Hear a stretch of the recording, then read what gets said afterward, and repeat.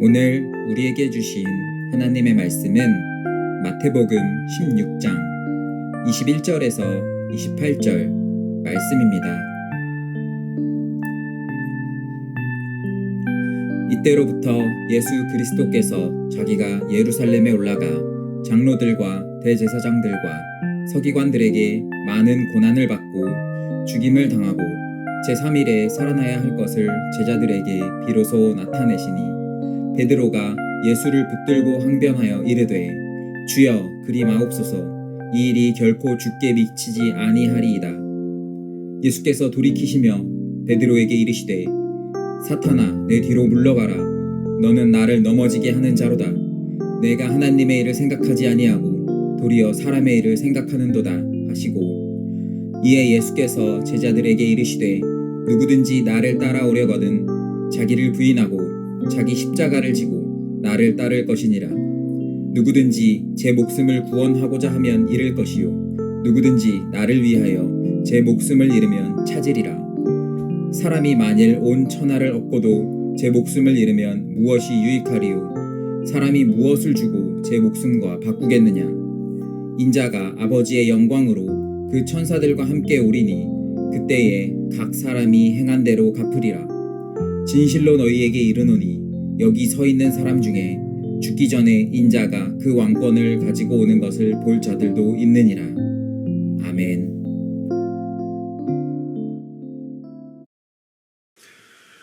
할렐루야. 사랑합니다. 축복합니다. 오늘도 함께 말씀을 통해 우리 함께 은혜를 나누는 시간을 갖도록 하겠습니다.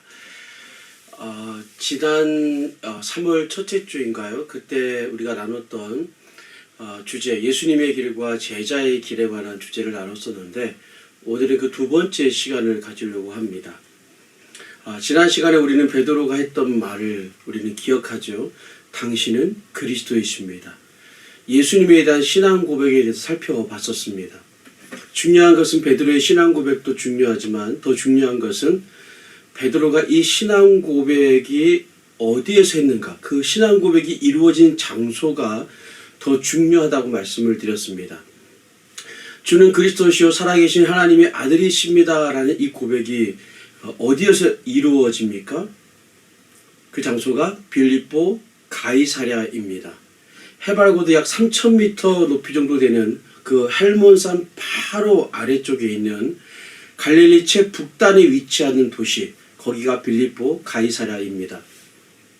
이 빌립보 가이사랴는요, 헬라 신이었던 판신을 섬기던 도시였습니다. 그래서 원래 이 도시의 이름은 그 이전에는 파네아스라고 하는 도시로 불려지던 도시였습니다. 그런데 이 파네아스가 빌립보 가이사랴로 개명이 됩니다. 그럼 왜 누가 이 도시의 이름을 바꾼 것인가? 헤롯 대왕의 아들이었던 헤롯 빌립이 로마 황제에 대한 충성심을 보이기 위해서 자신의 이름 빌립과 그리고 황제의 칭호인 가이사라는 이름을 합성해서 헤롯 빌립이 빌립보 가이사랴로 이름을 개명을 한 것입니다. 이름에서 알 수 있듯이 빌립보 가이사랴는 황제에게 바쳐진 충성을 맹세하는 도시였습니다. 다시 말해서 정치적인 요소가 굉장히 강했던 도시가 바로 빌립보 가이사랴입니다. 그리고 이 도시는 유대 전역에서 가장 이방인의 도시였고 가장 많은 우상 숭배가 세워졌던 도시가 바로 이 도시였습니다. 지난 시간에도 말씀드렸지만 이 도시는요, 황제를 위한 신전들이 즐비했던 도시가 바로 이 빌립보 가이사랴입니다. 바로 이 빌립보 가이사랴에서 예수님께서 제자들에게 물으신 거죠. 사람들이 나를 누구라 하느냐라고 물으시면서 이번에는 제자들에게 직접 물어보십니다. 그러면 너희는 나를 누구라 하느냐라고 물으셨습니다. 갈릴리에서의 사역의 제1막을 끝내시고 이제 갈릴리에서 예루살렘을 향해 떠나시려는 제2막이 시작하는 그 첫 지점인 이 빌립보 가이사랴에서 그것도 유대 땅 전체 가운데 유대 땅에 포함되지만 가장 이방인 지역이었던 그 땅에서 예수님께서 너희는 나를 누구라 하느냐라고 물으신 겁니다. 여기에 베드로가 제자들을 대표해서 주는 그리스도시요 살아계신 하나님의 아들이십니다라고 고백을 합니다. 여러분, 지난 시간에 제자란 무엇이라고 제가 말씀을 드렸습니까? 혹시 기억나시는지 모르겠습니다. 제자란 위험에서 벗어난 옆줄에서 예수님을 따르는 자가 아니다라고 말씀드렸습니다. 제자란 예수님께서 가시려는 그 길 위에 또 같이 가자고 말씀하신 그 부르시는 그 부르심을 따라 주님과 함께 같은 길 위에 서서 예루살렘을 향해 가는 사람들, 이들이 제자라고 말씀을 드렸습니다. 그래서 여러분, 그 길에는, 이 제자의 길에는 그래서 굴욕이 있을 수 있고 수치와 거절과 모욕과 비난과 고난이 있을 수 있습니다. 심지어 그 길 끝에는 죽음이 기다린다는 것을 알면서도 그 길을 가는 것이 바로 제자의 길입니다. 사랑하는 여러분, 그래서 여러분, 믿음은요, 예수님과 함께, 그리고 예수님께서 걸으신 그 길 위에 서서 그 길을 가는 것이 바로 믿음이고 믿음의 길입니다. 그래서 우리가 믿음의 길을 가면서 내심 우리가 표적을 구하고 또 기적을 기대하면서 이 믿음의 길을 가고자 한다면 끝까지 우리가 이 믿음의 길을 절대로 갈 수가 없습니다. 이 믿음의 길을 가면서 하나님께서 뭔가를 상황을 뒤집어 주시는 어떤 것들을 기대하며 간다면 우리는 반드시 그 믿음 때문에, 내가 가진 그 믿음 때문에 실족할 수가 있는 것입니다. 그러므로 여러분, 너희는 나를 누구라 하느냐라는 이 음성 앞에서 끊임없이 우리는 우리 자신을 세워 놓아야 합니다. 그리고 매 순간 우리는 답해야 됩니다. 인생의 길을 가면서 예수가 누구냐에 대한 이 질문에 대한 답으로서 객관적인 정보에 의해서 주님을 우리가 따라갈 수는 없습니다. 예수가 어떤 분이신가에 대한 개인적이고 매우 실질적인 분명한 자신의 고백이 반드시 있어야 됩니다. 여러분, 이것은 너무나도 중요한 질문이고 우리에게 중요한 주제입니다. 왜냐하면 우리가 주님에 대해서 실제로 어떻게 알고 그분을 어떻게 믿고 고백하며 인생의 길을 가느냐에 따라서 인생의 길은 완전히 달라지기 때문입니다. 다시 말해서 예수님을 실질적으로 어떤 관념이나 혹은 정보로서 예수님을 알고 예수님께 대한 고백 말고 예수님을 얼마나 실제적으로 알고 있느냐, 우리가 그 예수님을 아는 만큼 우리는 우리의 인생의 과정에서 완전히 다른 선택을 할 수가 있습니다. 예수님을 아는 만큼 우리는 완전히 다른 결정을 할 수 있고 다른 태도와 관점을 가지고 인생을 우리는 살아갈 수가 있는 것입니다. 그래서 우리 인생에 너무나도 중요한 질문은 예수를 아는 것, 예수를 어떻게 생각하는가, 바로 이 문제입니다. 자, 그런데 20절 말씀에 보면 예수님께서 어떻게 대답하십니까? 20절 말씀에 보니까 이에 제자들에게 경고하사 자기가 그리스도인 것을 아무에게도 이르지 말라 말씀하십니다.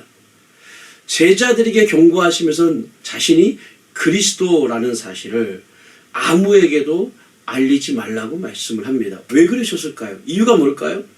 결론적으로 말씀드리면 예수님은요, 어린 양으로 죽으셔야만 했기 때문입니다. 오늘 본문의 이야기를 보면 베드로를 비롯한 제자들은 아직 예수님의 참된 메시아됨의 의미를 받아들일 준비가 되어 있지 않았다는 것을 확인할 수 있습니다. 이것은 제자들에게만 해당하는 내용이 아니었습니다. 예수님께서 가시는 곳곳마다 따라다니던 그 군중들 역시도 메시아에 대한 잘못된 오해에서 비롯된 혁명의 열기가 유발되지 않도록 주님은 그들을 동시에 똑같이 경고하시고 함구하도록 하셨습니다. 그런데 우리가 읽은 본문에 와서 예수가 그리스도이심을 드디어 드러내놓고 말씀하기 시작합니다. 시작하셨다는 것입니다. 여러분 21절 말씀을 한번 보시면 21절입니다. 보시면 이때로부터 제자들에게 비로소 나타내시니 라고 되어 있습니다. 이때로부터 제자들에게 비로소 나타내셨다. 예수님께서 비로소 드러내놓고 말씀하신 내용이 뭐냐? 내가 죽는다는 내용입니다. 근데 내가 죽는다는 내용 그 자체만이 아니라 사실은 그 내가 죽는다는 내용을 뭘 담고 있는가? 예수님께서 이 땅에 오신 목적과 사명에 대한 것이죠.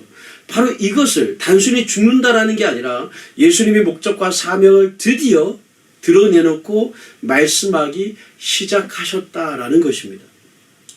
그럼 비로소 말씀하신 내용이 뭡니까? 그 내용이 바로 예루살렘에 도착하시면 장로들과 대제사장들과 서기관들에게 많은 고난을 받고 죽을 것이다. 그런데 3일 만에 다시 살아날 것이다 라는 내용입니다. 이것을 비로소 예수님께서 말씀하기 시작하셨다라는 겁니다. 여러분 이게 무슨 얘기냐면요. 베드로가 빌립보 가이사라에서 조금 전에 언급했었던 주는 그리스도이십니다 라는 이 고백을 했을 때 베드로가 생각했었던 제자의 길과 예수님께서 생각하셨던 그리스도의 길이 달라도 너무도 다르다는 것을 비로소 예수님께서 드러내놓고 말씀하기 시작하셨다라는 뜻입니다. 드디어 숨기지 않고 말씀하신 메시아됨의 의미에는 뭐가 있었는가? 왕에 대한 지배자의 언급이 없어요. 드러내놓고 드디어 말씀하신 내용에는 왕에 대한 지배자 언급이 없어요. 성전의식을 재확립하신다는 말씀도 없고 그 성전을 정화하겠다는 말도 없고 유대 땅 안에서 이방인들을 다 몰아내겠다라는 결의에 찬 발언도 없습니다. 오히려 매우 생소해 보이는 메시아상에 대해서 예수님께서 드러내놓고 드디어 말씀하신 겁니다. 제자들의 입장에서 생각했을 때는 받아들일 수 없는 말씀을 예수님께서 하신 겁니다. 여러분 우리가 여기서 분명히 알아야 할 진리가 하나 있습니다. 그것은 예수님의 사명과 그분의 생애를 통해서 우리에게 말하고자 하는 것은 결코 승리나 어떤 성공에 대한 것이 아니다라는 사실입니다.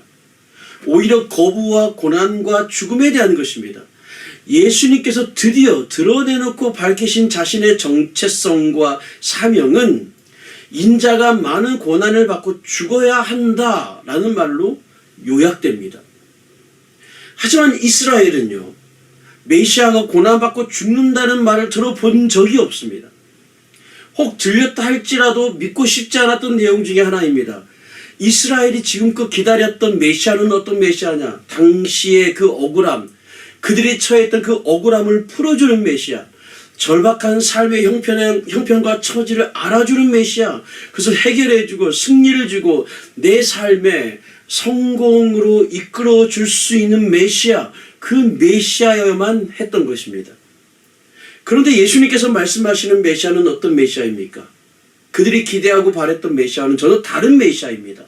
고난을 겪어야 되는 메시아입니다. 죽임을 당하는 메시아를 말씀하고 계시다는 겁니다. 여러분 예수님의 죽음을 거꾸로 되짚어 생각을 해보면 여기에는 굉장한 역설이 숨어 있습니다. 우리의 예상과는 다르게 예수님이 고난받고 죽음에 이르게 된 과정을 보면 하나님을 믿지 않았던 사람들, 그 부정한 사람들의 손에 의해서 예수님께서 십자가에 못 박히는 일들이 발생한 것이 아니었습니다. 인자의 고난과 죽음은 오히려 장로들과 대제사장들과 서기관들의 손에 의해서 초래된 일들이었습니다. 무슨 얘기냐? 하나님의 아들이 십자가 형틀에 죽게 된 그 과정에는 그것을 죽게 한 사람들은 최악의 어떤 상태에 있는 사람들에 의해서가 아니라 오히려 최상의 상태에 있는 사람들에 의해서 발생한 일이라는 겁니다.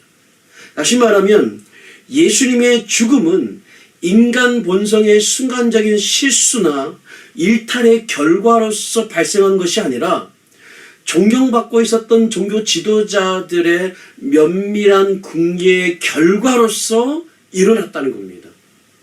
바로 이러한 결말로 나아가게 될 것을 예수님께서 비로소 드러내놓고 말씀하기 시작하셨다라는 뜻입니다. 그러자 여러분 베드로가 어떻게 반응합니까? 오늘 보면 22절 말씀을 한번 보십시오. 자, 베드로가 어떻게 반응합니까? 베드로가 예수를 붙들고 항변하여 이르되 주여 그리 마옵소서 이 일이 결코 주께 미치지 아니하리이다. 여기 보시면 베드로가 예수를 붙들고 뭐 했습니까? 항변했다라고 말씀을 합니다. 여러분 항변하다라는 말의 헬라어 원문은요 리뷰크입니다. 이게 뭡니까? 꾸짖다라는 뜻을 갖고 있습니다. 이 예수님을 붙들고 항변했다. 이 예수님을 향해서 베드로가 이 항변하다는 이 단어가요. 어느 때에 잘 사용하냐면 예수님께서 귀신을 쫓아내실 때 rebuke, 항변하다, 꾸짖다 같은 단어입니다. 귀신을 쫓아내실 때 예수님께서 사용하신 단어가 바로 이 단어입니다. 그런데 지금 이 단어, 이 표현을 누구를 향해 쓰고 있습니까? 누가 누구를 향해요? 베드로가 예수님을 향해 귀신을 쫓아낼 때 예수님께서 사용하신 그 표현을 그대로 예수님께 적용하고 있습니다. 놀라운 거예요, 사실은. 여러분 이게 무슨 얘기겠습니까? 예수님께서 말씀하시는 메시아의 길과 예수님 말씀하신 메시아의 길을 듣고 베드로가 항변하지 않습니까? 이 말은 예수님이 말씀하신 메시아의 길과 베드로가 생각했던 이 그리스도, 이 메시아의 길이 서로 달랐던 겁니다. 여러분 생각해 보시면요. 예수님도 대중들의 생각과 그 기대를 모르셨겠습니까? 아셨죠. 대중들이 뭘 생각했는지, 제자들이 뭘 기대하고 있는지 왜 모르셨겠습니까? 아셨을 겁니다. 그렇다면 적절하게 예수님도 거기에 맞춰서 말씀하시고 거기에 맞춰서 행동하셨다면 예수님의 생애에는 고난도 배신도 죽음도 없었을 겁니다. 그런데 주님은 전혀 그럴 마음이 없으셨습니다. 그러고 보면 당시 일반 백성들이나 제자들의 입장에서도 사실 이해가 되긴 합니다. 사실 이스라엘 역사를 거슬러 올라가 보면 북이스라엘과 남유다가 분열되고 멸망한 이후부터 이스라엘은요 끊임없이 외세의 침략과 지배와 통치를 끊임없이 받아온 사람들입니다. 그들이 겪었던 극심한 가난은 한 번도 해결된 적이 없었습니다. 정치적으로도 자유함을 누려본 적이 없습니다. 늘 억압과 속박 속에서 그들은 살았습니다. 더불어 종교적으로도 마음껏 자유를 누리지 못했습니다. 종교적으로도 여러 차례 수치를 당해왔었던 역사가 이스라엘 역사입니다. 그러다 보니까 이스라엘 역사 가운데 메시아를 기다리면서 어떤 메시아를 기다리겠습니까? 당연히 강력한 누군가가 나타나기를 바라겠죠. 강력한 누군가가 나타나서 자신을 건져주지 않으면 안 되는 그런 아픔과 치욕의 역사를 이 이스라엘 역사 가운데 계속 이어오고 있었습니다. 이들에게 필요했던 메시아는요. 오늘 본문에 예수님께서 드디어 드러내놓고 말씀하신 그 메시아, 고난받는 메시아, 죽는 메시아가 결코 아니었던 거죠. 자신을 구원해줄 메시아가 필요했습니다. 해방시켜줄 메시아, 가난을 해결해 주실 메시아, 종교적 자유를 이루어줄 메시아, 승리를 줄 메시아, 인생의 성공을 갖다 줄 메시아, 그 메시아가 간절히 필요했던 것입니다. 제자들로 대변되는 당시 초대교회 성도들 역시도 이 부분에 있어서만큼은 제자들과 똑같은 생각을 가지고 있었습니다. 굉장히 예민한 문제였습니다. 여러분 우리는 어떻습니까? 우리는 다릅니까? 여러분 똑같지 않겠습니까? 우리가 열심히 신앙생활하는 이유가 뭡니까? 여러분들이 주일날 교회에 빠지지 않고 열심히 교회를 다니는 이유가 뭡니까? 때로는 큰 목소리로 목이 쉬어라 그렇게 크게 기도하는 이유가 뭡니까? 예배에 안 빠지는 이유가 뭡니까? 꼭 그렇지는 않을 수도 있겠지만 어쩌면 우리 역시도 모종의 어떤 승리를 원하고 또는 형태는 다르겠지만 모종의 어떤 성공을 원하기 때문이 아니겠습니까? 그런데 만약에 아무리 열심히 예배를 드려도 심지어 열심히 기도하고 새벽예배도 드리고 금식 기도도 하고 교회에서 열심히 헌금하고 이것저것 다 봉사하고 예배를 드려도 결과적으로 삶이 나아지기는커녕 우리의 인생이 더 나락으로 빠지게 된다면 그때 여러분은 어떻게 하시겠습니까? 고통의 상황이 더 깊어지고 심지어 내가 죽음의 위협에까지 이르게 된다면 여러분은 그때 어떻게 하시겠습니까? 그때 여러분은 어떤 메시아를 바라고 원하시겠습니까? 그런 점에 있어서 베드로의 항변은요, 어찌 보면 이해가 되는 측면이 분명히 있습니다. 그래서 지난 시간에 이어서 오늘도 다소 어려운 주제인 예수님의 길과 제자의 길에 대해서 두 번째로 함께 고민하며 은혜를 나누려고 하는 것입니다. 여러분 다시 22절 말씀을 보시면 사실 베드로의 입장에서는 이런 겁니다. 아, 주님, 내가 모든 것을 버리고 여기까지 왔는데 이제 와서 도대체 무슨 소리를 하시는 겁니까? 답답한 거죠. 어떻게 보면 화도 나는 겁니다. 베드로의 이 원망과 불만 섞인 이 말은 사실 이해 못할 말이 아닙니다. 이해가 됩니다. 그러나 한편으로는 예수님을 위한 말일 수도 있지만 아시는 것처럼 예수님께서 잡히시던 당일에 베드로가 대제사장의 종 말고의 귀를 자른 사건이 있었습니다. 이때 베드로는 예수님을 위해서 목숨을 걸고 칼을 든 것이죠. 예수님을 위한 것입니다. 그런데 예수님은 그런 베드로를 책망하시죠. 그리고 오늘 본문에는 뭐라고 베드로를 예수님이 책망하십니까? 23절 말씀에 보면 이번에는 사탄아 내 뒤로 물러가라고 말씀합니다. 사탄이라고 얘기합니다. 굉장한 책망이죠. 여러분 예수님께서 광야에서 40일 금식하시고 세 가지의 시험을 당하시죠. 그 가운데 여러분 잘 아시는 것처럼 마귀가 그 예수님을 높은 산으로 끌고 가서 천하만국을 보여주면서 이런 얘기하죠. 내가 만약에 내게 엎드려 경배하면 이 모든 것을 내게 다 주겠다라고 유혹하는 이야기가 나옵니다. 이때 예수님께서 마귀를 어떻게 물리치셨습니까? 사탄아 물러가라 말씀하십니다. 여러분 사탄이 하는 일이 뭡니까? 그것은 하나님의 구원을 방해하는 일이 사탄이 하는 일입니다. 여러분 예수님께서 세 가지 이 시험을 받으시면서 공통점이 있습니다. 그 공통점이 뭔지 아십니까? 그건 딱 하나입니다.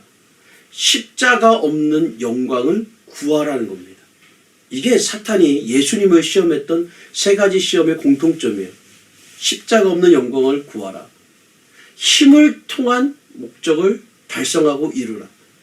네가 가지고 있는 권위와 그 힘을 가지고 십자가보다 더 쉬운 길이 있으니 그것을 이루라. 십자가보다 쉬운 길을 선택하라라는 것이 이 사단의 시험의 공통점이었습니다.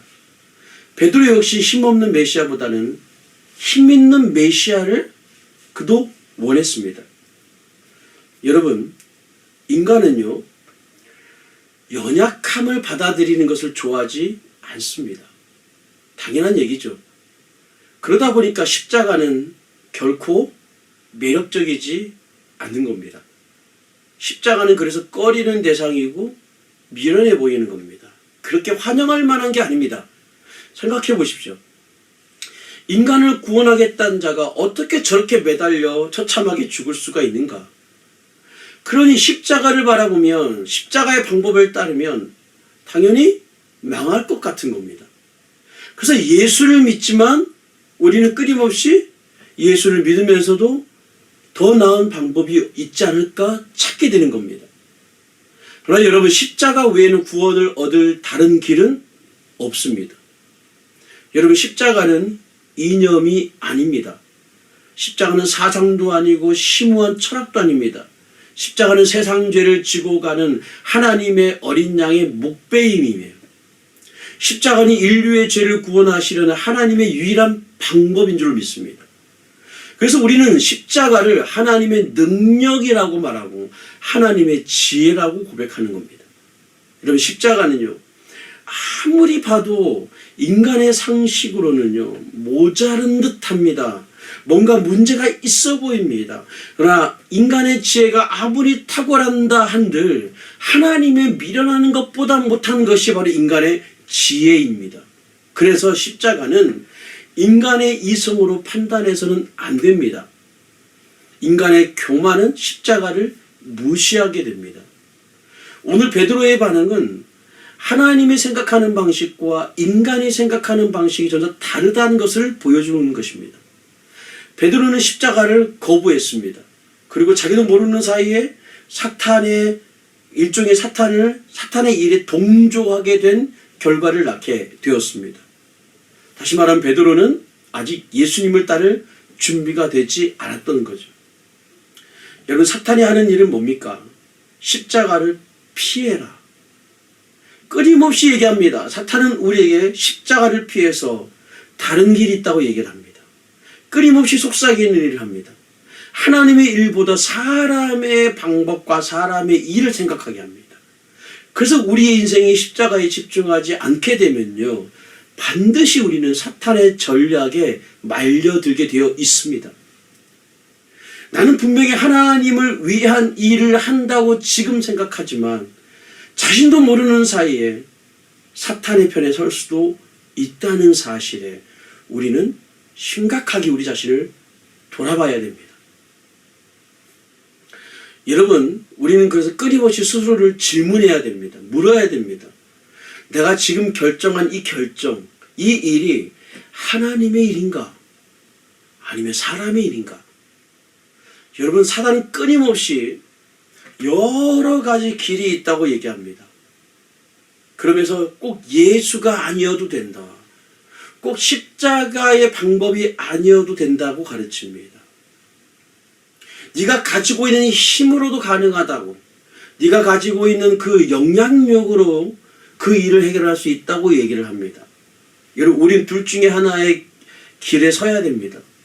두 길을 다 선택할 수는 없습니다. 십자가를 거부하는 순간 우리의 신앙은 신앙의 이름으로 자신만의 왕국을 내 인생에 만들어갈 수 있습니다. 그래서 항상 질문해야 됩니다. 그리스도를 따를 것인가? 아니면 내가 원하는 길을 갈 것인가? 십자가의 방법을 따를 것인가? 아니면 내가 가진 영향력과 위치를 따라 그것을 가지고 삶을 해결하며 선택할 것인가? 여러분, 24절 말씀에 보면 어떻게 십자가의 길을 가는지 우리에게 말씀해 주고 있습니다. 여러분, 24절 말씀을 같이 읽겠습니다. 시작. 이에 예수께서 제자들에게 이르시되 누구든지 나를 따라오려거든 자기를 부인하고 자기 십자가를 지고 나를 따를 것이니라. 누구를 따를 것인가? 굉장히 중요한 주제이죠. 누구를 따를 것인가? 여러분, 살면서 정말 우리 인생이 따를 만한 사람을 만나본 적이 있으세요? 정말 이 사람만큼은 내가 정말 따를 만한 분이다 라고 그런 분을 만나본 적이 있으십니까? 여러분, 사람이 방황하는 이유가 뭔지 아세요? 여러 가지 이유가 있겠죠. 그러나 내가 진정으로 내 인생을 걸 만큼 따를 만한 그 대상을 만나본 적이 없기 때문입니다. 인생의 진정한 혼란은요, 정말 따를 만한 분을 내 인생에 그런 사람이 없기 때문에 어쩌면 인생이 방황하는지도 모르겠습니다. 인생의 계획과 목표를 잘못 세워서 실망하는 것이 아니라 따를 만한 분을 내가 아직 만나지 못해서입니다. 주님께서 우리에게 말씀하십니다. 누구든지 나를 따라오려거든 이라고 말씀합니다. 사랑하는 여러분, 진정으로 따를 만한 분은 오직 예수밖에 없습니다. 오직 예수밖에 없습니다. 우리가 정말 그리스도를 제대로 우리가 정말 따르기만 한다면 많은 경우에 우리의 인생의 방황은 끝이 납니다. 정말 주님만을 따르기로 우리가 결단한다면 우리의 인생의 혼란은 많은 경우에 종지부를 찍게 되어 있습니다. 예수님을 따라가면, 아니 그분만을 따라가면 삶의 질서가 잡히고 반드시 최종적 승리를 우리는 경험하게 될 줄로 믿습니다. 아멘. 그러면 어떻게 따를 것인가? 먼저는 자기를 부인해야 됩니다. 자기를 부인해야 됩니다. 여러분, 삶의 문제는 항상 똑같습니다. 자아에 있어요. 자아. 십자가로 처리되지 않은 자아와 죄의 지배를 받는 자아가 사실은 삶의 실제적인 문제예요. 그래서 자기 부인은 자기 중심적 삶을 포기하는 것을 의미합니다. 자아 중심에서 그리스도 중심으로 이동하는 것입니다. 여러분, 우리가 그리스도를 따른다고 말하면서 여전히 자기 목적과 자기 야망이 우리 안에 그대로 남아있다면 인간은 반드시 자기 목적을 이루기 위한 수단으로서 신앙생활을 이용하게 되어 있습니다. 여러분, 세상을 보십시오. 세상은 자아 성취에 큰 가치를 둡니다. 성공이라고 얘기합니다. 자기를 극대화하기 위해서 밤새 인간은 노력합니다. 여러분, 모든 문화 안에는 뿌리 깊은 것이 있는데 그 문화 안에는 뭐가 있는가? 나를 돋보이게 하고 싶은 겁니다. 비교 우위를 차지하고 극대화하고 죄된 자존심을 포장하고 확장하는 모든 일에 모든 노력을 다 쏟는 게 세상 문화입니다. 오늘날 시대는요, 자기 자신을 마케팅하는 시대입니다. 자기 중심적 시대를 우리가 살아가고 있다는 것입니다. 그런데 여러분, 자아 중심의 시대는 반드시 욕구불만을 낳게 되어 있습니다. 욕구불만을 낳게 되어 있습니다. 그리고 그 욕구불만은요, 반드시 소비 문화를 만들어냅니다. 사람이 끊임없이 소비하는 이유는 뭐냐? 결론적으로 보면 그 심리적으로 뭔가 욕구불만이 있는 겁니다. 근데 여러분, 이게 여러분, 교회 안에도 이런 게 있다는 거 아십니까? 더 많은 소비자를 끌어모으기 위해서 고객만족 프로그램 같은 것들을 적극적으로 세상이 유치하는 것처럼 우리의 신앙 안에도 똑같습니다. 예수님을 위해 우리가 무엇을 할 것인가가 아니라 예수가 나를 위해서 무엇을 채워줄 수 있을까라는 질문을 하는 시대에 우리가 살아가고 있습니다. 여러분, 이러한 태도는요, 예수님께서 가신 자기 부인의 길과는 아무런 관련이 없습니다. 주님을 따르려면 반드시 자기 부인의 과정을 거쳐야 될 줄로 믿으시기 바랍니다. 사랑하는 여러분, 십자가 길에 가겠다고 결단하며 가는 이 길에는 비록 그때가 언제인지는 모르지만 반드시 그 길 끝에는 영광의 날이 올 겁니다. 많은 경우 주를 위한 희생과 헌신과 수고가 그냥 땅에 묻혀버리는 경우가 발생할 수도 있습니다. 열심히 수고했지만 아무런 이득도 없이 그냥 하늘에 그냥 흩어지는 것처럼 날아갈 수 있다는 거죠. 여러분, 그때 나의 수고와 나의 공적과 나의 땀과 수고가 이 땅에 그냥 그렇게 묻혀버리게 되는 것을 바라보면서 너무 그렇게 마음 상해하지 않기를 축복합니다. 물론 이해가 됩니다. 그러나 여러분, 우리가 어떤 일에 많은 결과를 얻고자 한다면 어떤 수고, 헌신의 애씀의 결과를 우리가 많은 것들을 얻고자 한다면 그만큼 우리는요, 십자가와 멀어질 수 있다는 사실 또한 기억해야 됩니다. 왜냐? 우리의 최종적 보상은요, 현재 지금 여기가 아니라 영원한 나라에서 우리 모두는 최종적 보상을 주님으로부터 받게 될 것이기 때문에 그렇습니다. 할렐루야. 그러므로 여러분, 조금만 더 인내하십시오. 조금만 더 참고 기다리시기를 축복합니다. 예수님을 따르는 두 번째 방법에는 자기 십자가를 지고 따르는 것입니다. 십자가를 무시하고 주님을 따를 수는 없지요. 우리 모두에게는 자기 십자가가 다 있습니다. 자기 십자가라는 것이 여러분 나의 약점이 될 수 있습니다. 질병이 될 수 있습니다. 자기 십자가라는 것이 자기 남편, 본인의 남편이 될 수 있고 자기 아내가 될 수 있습니다. 내 자녀가 내 십자가일 수 있습니다. 하지만 이 모든 것은 다 사실은 소극적인 의미에 있어서 십자가입니다. 십자가의 기준은 철저히 그리스도이십니다.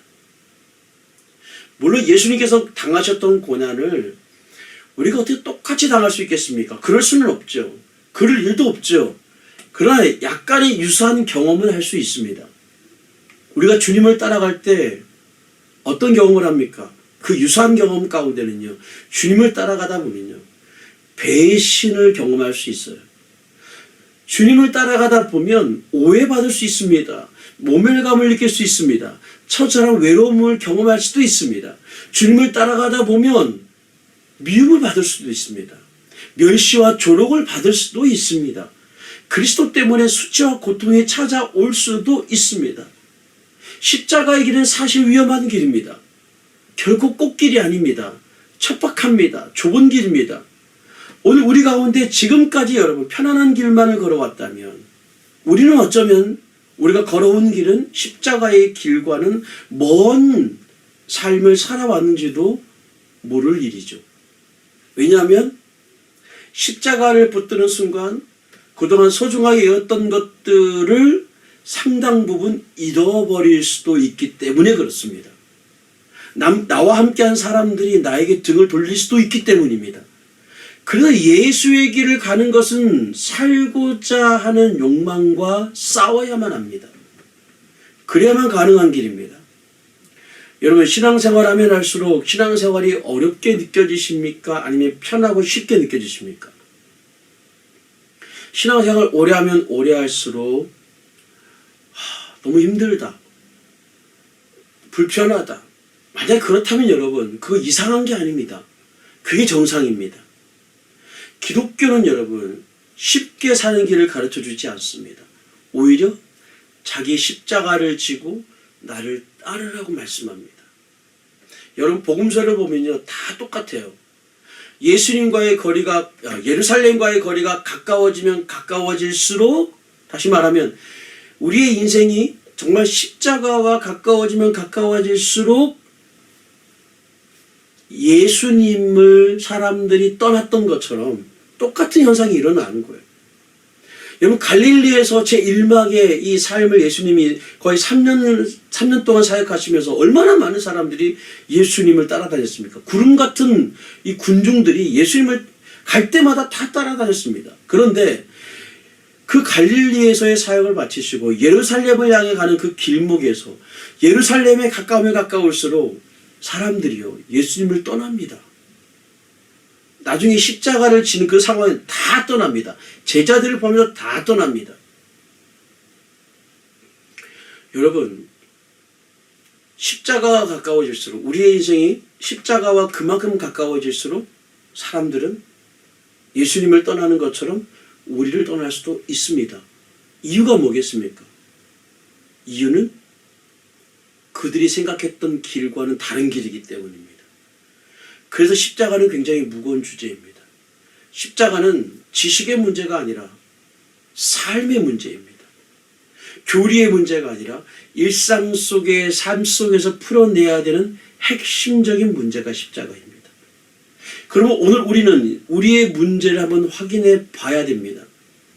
예수님을 소비하려고 하고 있지는 않은지 편의주의와 세속주의의 이 물결에 잠식되어서 쉽게 살 수 있다고 끊임없이 유혹하는 그 마귀의 유혹과 손짓에 우리가 넘어간 상태로 내가 제자의 길을 걸어가고 있지는 않은지 십자가의 길을 걸어간다고 말하지만 십자가가 아닌 내가 할 수 있는 어떤 방법과 내가 지금 처한 그 위치와 그 권위를 가지고 쉽게 그 일을 해결하려고 하는 십자가가 아니어도 된다는 그 유혹, 사단의 유혹에 넘어간 상태로 예수님이 걸어가신 그 길을 걸어가고 있다고 착각하고 있지는 않은지 그럼에도 불구하고 내가 십자가를 선택하며 살고 있다고 생각하고 있지는 않은지 우리 자신을 심각하게 돌아봐야 할 일이라고 믿습니다.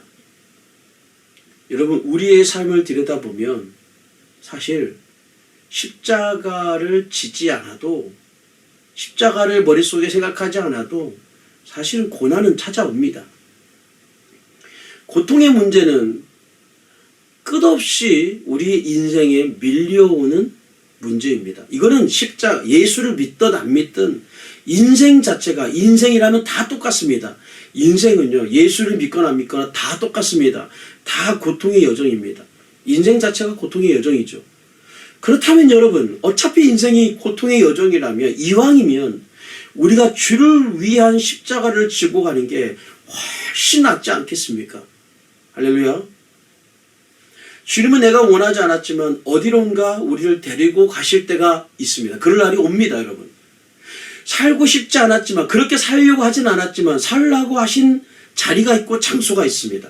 내가 원하지 않았지만 하나님께서 나로 하여금 밀어넣는 환경이 있습니다. 요한복음 21장 18절 말씀을 보면 그 얘기가 나옵니다.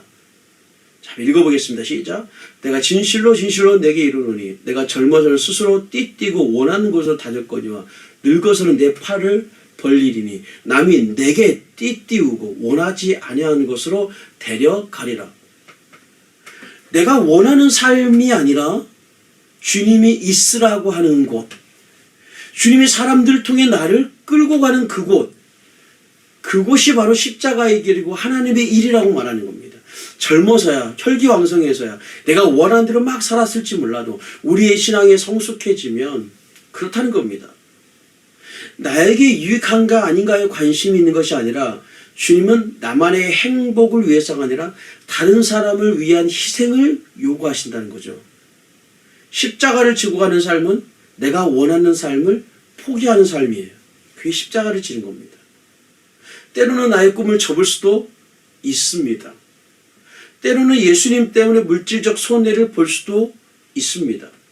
예수님 때문에 감정적 억압이나 자존심을 구겨질 수도 있습니다. 왜요? 예수님 때문에요. 왜 그런 길을 가야 됩니까? 예수님이 그 길을 가셨기 때문에 그렇습니다. 예수님께서 우리에게 보여주신 삶이 그러기 때문에 그렇습니다. 예수님의 길은 세상의 길과 전혀 다른 것입니다. 그런데 아직도 베드로는 그게 못마땅해 보이는 거죠. 미련해 보이는 겁니다. 매력적이지 않아 보입니다. 내가 원하는 길이 아닌 겁니다. 여러분, 십자가의 길을 간다는 것은 정말 어려운 것입니다. 그러나 십자가는 십자가로 끝나지가 않습니다. 십자가 이후에는 뭐가 있습니까? 영광이 기다리고 있습니다.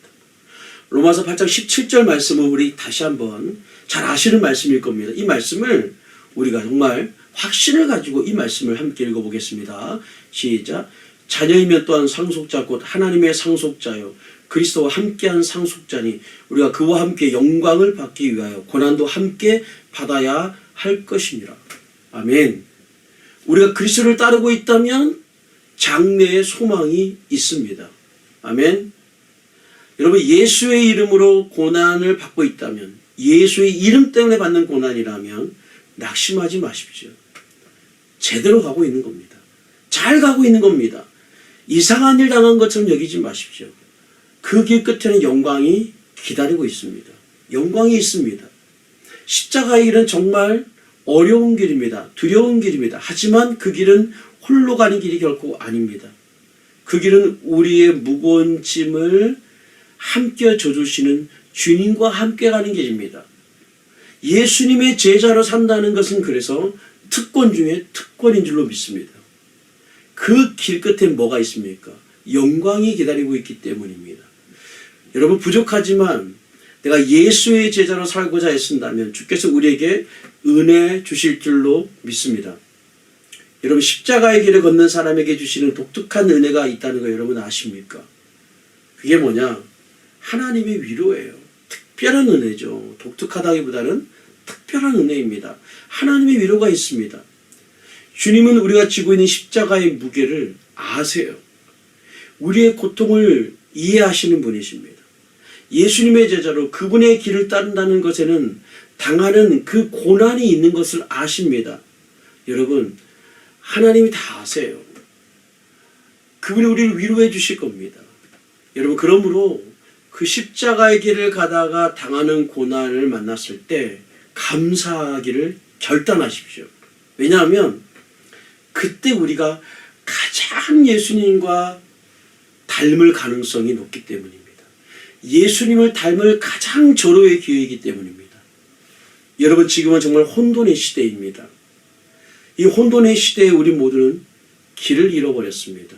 어떤 사람들은 유행을 따라가고 어떤 사람은 사상과 심한 철학을 따라가고 또 어떤 사람은요 자기 감정에 못 이겨서 복수심을 따라갑니다.